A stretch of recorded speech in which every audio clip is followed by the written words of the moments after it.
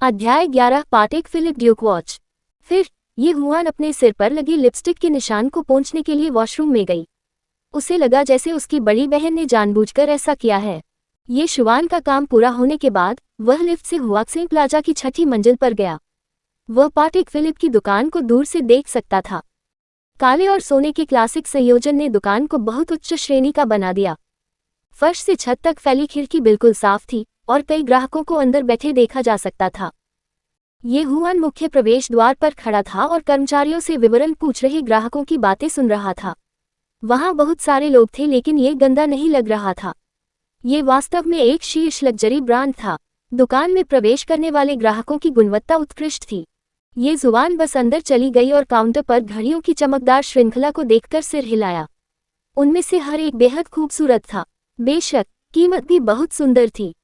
क्योंकि ये जुबान छोटा था इसलिए दुकान के सहायकों ने फिलहाल उस पर ध्यान नहीं दिया। इसके बजाय एक मध्यम आयु वर्ग की महिला जो अपने प्रेमी के साथ घड़ी चुनने के लिए जा रही थी, उसने उसे देखा और आश्चर्य से कहा, देखो एक बच्चा अंदर आया है। वह बहुत प्यारा है। आवाज की दिशा में देखने से पहले हर कोई एक पल के लिए स्तब्ध रह गया। ये जुबान की त्वचा बहुत गोरी थी और उसकी बड़ी आंखें गहरी और चमकदार थीं। वे हिरण के बच्चे की पानी भरी आंखों के बारे में सोचने से खुद को नहीं रोक सके। हालांकि ये हुआन सामान्य बच्चों से अलग दिखता था। वह स्पष्ट रूप से 7 या 8 साल का एक प्यारा बच्चा था, लेकिन उसकी आभा परिपक्व थी जो उसकी शक्ल से मेल नहीं खाती थी। कौन ग्राहक इस छोटे मालिक को लाया? एक गोल चेहरे वाली सल्स महिला काउंटर से बाहर निकली और ये जुबान का हाथ पकड़ लिया। मेहमानों के समूह ने अपना सिर हिलाया। इस बीच जिस महिला ने ये जुबान को देखा उसने अपना मुंह ढक लिया और हंसी में कहा, कितना सुंदर लड़का है। अगर वह मेरा बेटा होता तो मैं सपने में भी खुश होती। अन्य अतिथियों ने सहमति में सिर हिलाया। ये लड़का बहुत प्यारा था, किसी परी कथा के छोटे राजकुमार की तरह। बिक्री महिला ने आगे बढ़कर ये जुबान के चिकने चेहरे को छुआ। वह मुस्कुराए और बोली, लुक वास्तव में महत्वपूर्ण है। सुंदर बच्चे अधिक प्यारे होते हैं।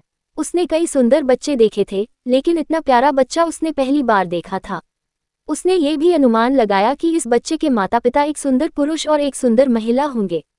शायद वे एक सेलिब्रिटी जोड़ी थे।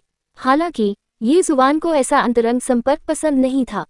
वह सर्व्स लेडी के पंजे से बच गया और घड़ी के डिजाइन देखने के लिए काउंटर के सामने झुक गया। जब मेहमानों ने देखा कि वह कितना गंभीर है तो वे फिर से हंसे। इस बच्चे का भविष्य उज्ज्वल है।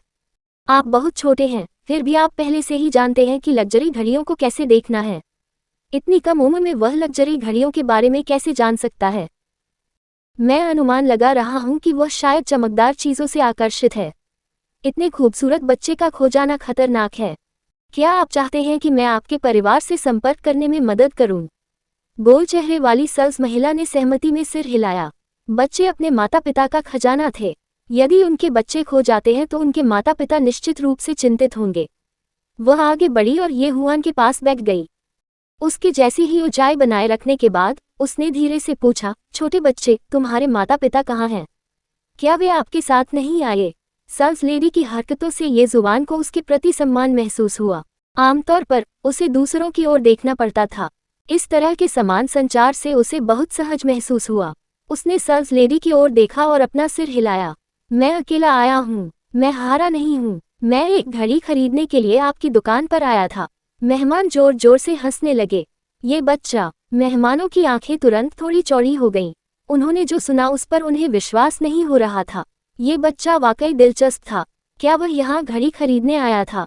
किसी को ये जानना होगा कि यह पाटेक फिलिप है, जो चीन और यहाँ तक कि दुनिया में सबसे प्रसिद्ध घड़ी ब्रांड है। यह ऐसा कुछ नहीं था जिसे आम लोग वहन कर सकें। यहाँ तक कि वे सिर्फ देखने आए थे और घड़ी खरीदने पर जोर नहीं दिया।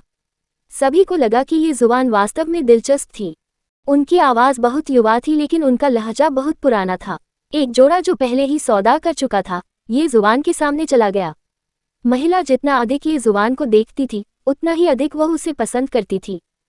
उसने उसका हाथ खींचा और उस दुकान में चली गई जो बच्चों की घड़ियां बेचने में माहिर थी।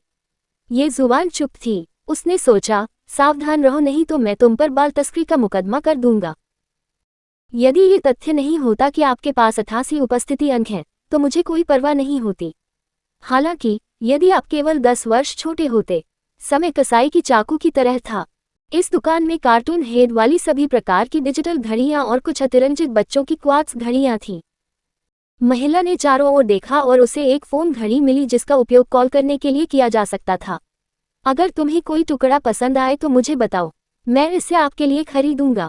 महिला को वास्तव में ये जुबान पसंद आया। ये थोड़ा सा पैसा उसके लिए कुछ भी नहीं था। यदि वह एक बच्चे के लिए खुशियां ला सके तो यह इसके लायक होगा। महिला ने सबसे महंगी घड़ी चुनी। यह एक अल्ट्रामैन घड़ी थी जिसका उपयोग कॉल करने के लिए किया जा सकता था। उसने इसे ये हुआन के सामने ऐसे लहराया जैसे कि वह कोई खजाना पेश कर रही हो। क्या आपको ये डिज़ाइन पसंद है? 1 7 या 8 साल का लड़का शायद अल्ट्रामैन को अपना आदर्श मानेगा, है ना? वह आदमी इसे बर्दाश्त नहीं कर सका। इससे पहले कि ये शुवान जवाब दे पाता, उसने पूछा, छोटे बच्चे, कुछ भी खरीदने से पहले तुम्हें ये पुष्टि कर लेनी चाहिए कि क्या तुम्हारे पास उसे खरीदने की क्षमता है। क्या आपको ऐसा नहीं लगता? क्या आपके पास ये घड़ियां खरीदने के लिए पर्याप्त पैसे हैं? ये जुबान ने शांति से उसकी ओर देखा। फिर उसने आगे देखा और अपना सिर हिलाया। ये घड़ियां बहुत सस्ती हैं। हमारे चैनल की कहानी देखने के लिए धन्यवाद। अगले वीडियो में मिलते रहने के लिए बने रहें। कभी कभी गायब सामग्री की कहानी, कृपया समय पर त्रुटियों की रिपोर्ट करें। अलविदा।